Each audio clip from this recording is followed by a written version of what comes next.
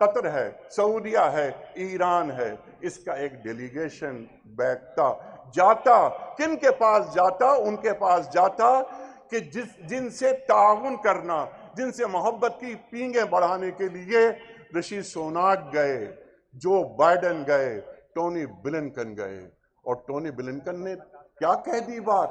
کہاں تک بات کہہ دی؟ اللہ اکبر، اللہ اکبر، اور یہ 1.5-2 ارب ہم مسلمان، یہ امت حقیقت روایات میں کھو گئی، یہ امت خرافات میں کھو گئی۔ یہ بھی اقبال فرماتے ہیں، ٹونی بلنکن آیا نیتن یاہو کے پاس اور اس نے کیا کہا؟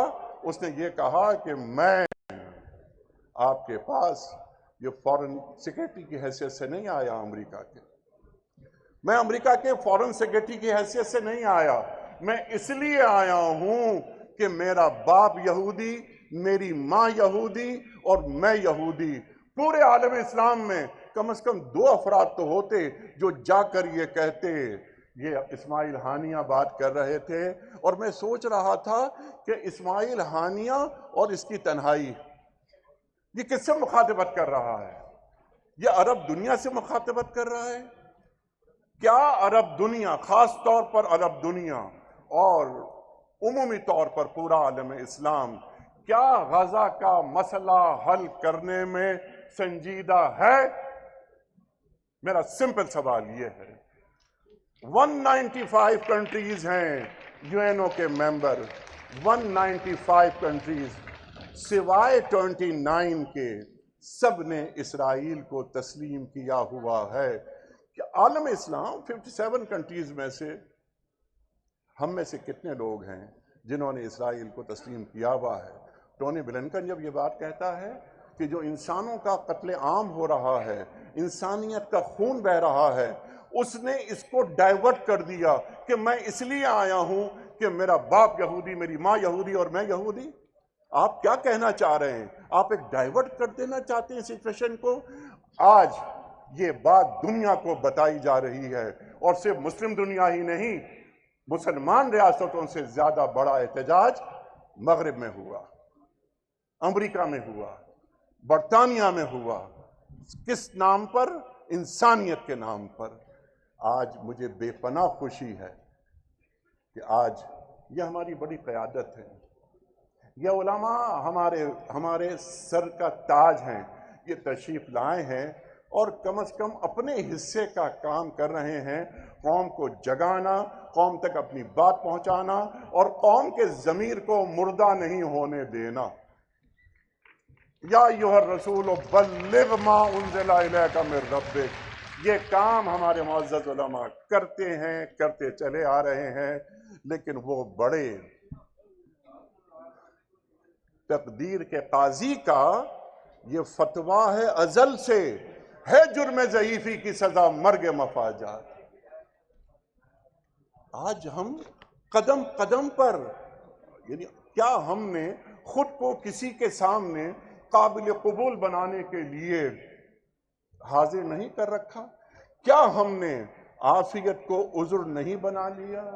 عافیت، میں اطمینان سے ہوں، لیکن کیا خبر کہ ہماری عافیت، یعنی ان لوگوں کی عافیت رفح کے بارڈر کے ساتھ جو کھڑے ہیں، میں ان دنوں رفح کے بارڈر پہ تھا، اندر جانے کی اجازت نہیں تھی، بہت زمانے کے بعد چند ٹرکس، ٹرالرز، ان کے جانے کی اجازت تھی، لیکن وہ بھی اس وقت اندر داخل ہوں گے کہ جب تک کہ اسرائیلی فوجی ان تمام ٹرالرز کو چیک نہ کر لیں۔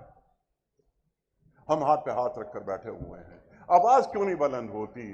ہم بہت سارے کام کر سکتے ہیں، ہماری وہ ریاستیں جو اسرائیل کو ایئر اسپیس دیتی ہیں کم از کم ان کو روک لیں۔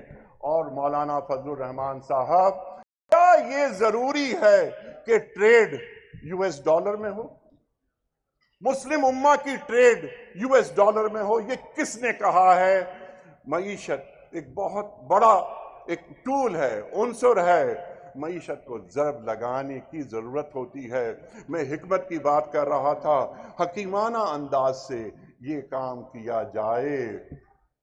مسلمان کبھی جنگ نہیں چاہتا، مسلمان کبھی خون بہانا نہیں چاہتا، بلکہ صلح کی طرف ہمیشہ گامزن رہتا ہے، ہمیشہ تیار رہتا ہے۔ لیکن آج جو حالات امت مسلمہ پر جاری ہیں اور حالات حاضرہ کو کئی سال ہو گئے، ہماری صبح ہی نہیں ہو پا رہی۔ یہ رات یعنی خون 100,000 انجم سے ہوتی ہے سحر پیدا، جو اقبال فرماتے ہیں، تو خون 100,000 انجم تو ہو جاتا ہے، سحر پیدا نہیں ہوتی۔ اس میں ہماری غلطیاں، ہمارے بڑوں کی غلطیاں، جو آج عالم اسلام کے بڑے ہیں، حکمران ہیں، اگر OIC کے اجلاس سے کوئی نتیجہ برآمد نہیں ہوتا تو ناکامی کس کی ہے؟